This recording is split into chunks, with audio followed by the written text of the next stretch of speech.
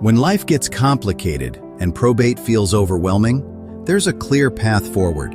Welcome to Clear Probate, where we cut through the confusion and guide you every step of the way. Most people don't realize that the very first 30 days of Florida probate can make or break the entire process. Get it right, and the case runs smoothly. Get it wrong, and you could be dealing with delays, higher costs, and even lawsuits. Welcome to Clear Probate, where we make Florida probate simple. If you've just been named executor, it can feel overwhelming. But don't worry. In today's video, I'll walk you through your very first 30 days step by step so you know exactly what to expect. Why the first 30 days matter. Florida is home to one of the largest retiree populations in the United States. Every year, thousands of estates enter probate. The state has strict rules and timelines, and courts expect personal representatives, that's the official term for executors, to act quickly and responsibly. Those first 30 days are critical because they set the tone. It's the foundation for the months ahead. By the end of this video, you'll know the exact roadmap for your first month so you can avoid common mistakes that lead to delays or even legal trouble. What probate is and why it exists. Probate is the court-supervised process of gathering a deceased person's assets, paying valid debts, and then distributing what's left to heirs or beneficiaries. Think of it as the court's way of making sure everything is handled fairly and legally. In Florida, there are two main paths: formal administration and summary administration. Summary is a streamlined option for estates under $75,000 or when the person has been deceased for more than 2 years. Formal administration is the standard process used in most cases, especially when real estate or significant assets are involved. There's also a very narrow process called disposition without administration, but it only applies to very small, specific cases, like reimbursement of medical or funeral expenses. For most people, probate will mean formal administration, so that's what we'll focus on here. The role of the personal representative. When the court names you as the personal representative, you step into a legal role with serious responsibilities. You're expected to safeguard assets, notify beneficiaries and creditors, pay valid claims, and distribute what's left according to the will, or if there is no will, according to Florida law. You also have fiduciary duties, which means you must act in the best interest of the estate, keep clear records, and follow deadlines closely. You're not just a family member or friend anymore.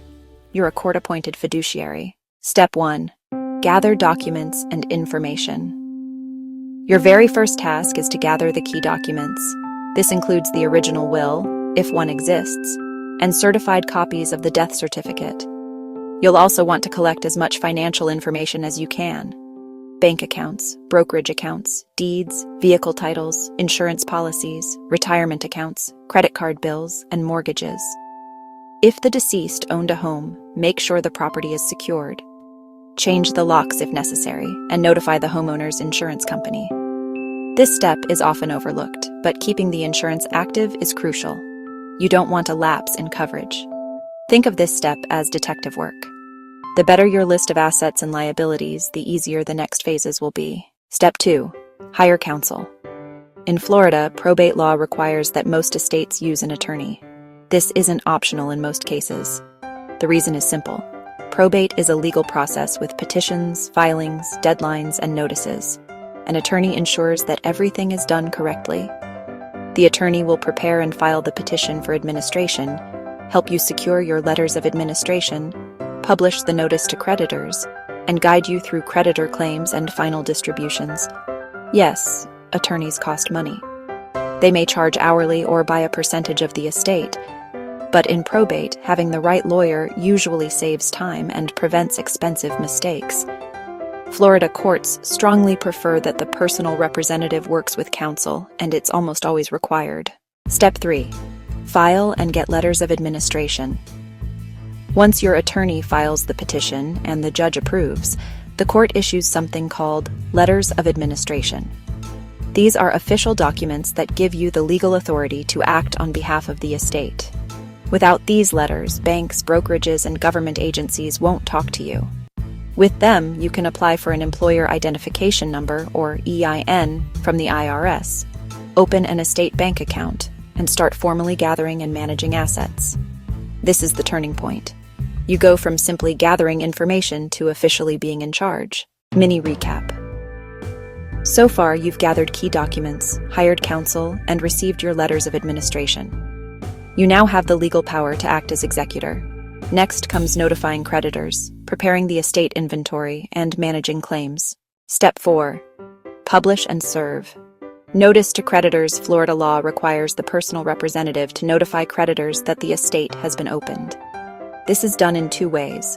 First, by publishing a notice to creditors in a local newspaper once a week for 2 consecutive weeks. And second, by serving notice directly to known or reasonably ascertainable creditors. Creditors then have 3 months from the first publication to file their claims.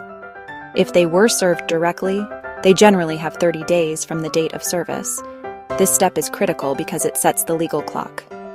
Missing or mishandling creditor notices is one of the fastest ways to end up with legal challenges. For example, imagine the deceased had outstanding medical bills. If you don't publish and serve properly, that hospital could later argue that their claim was never barred, and you might end up reopening the estate months or years down the line. Step 5. Prepare the estate inventory. The inventory is a detailed list of the estate's assets, along with estimated values. Florida courts generally expect this within about 60 days of receiving letters of administration. This means you need to track down everything: bank accounts, real estate, vehicles, business interests, and even personal property. The inventory provides transparency for beneficiaries, creditors, and the court. Here's a tip. Keep meticulous notes. Record account numbers, balances, property descriptions, and appraisals where needed. The more complete the inventory, the fewer questions you'll face later. Step 6. Obtain an EIN and open the estate account. An estate is a separate legal entity, so it needs its own tax identification number. That's the EIN. You can apply for this online through the IRS.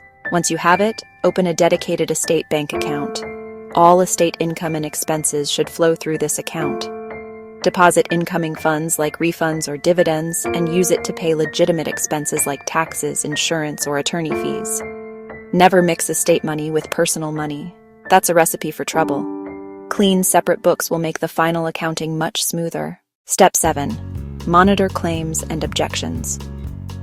After creditors have been notified, you'll need to monitor claims as they come in.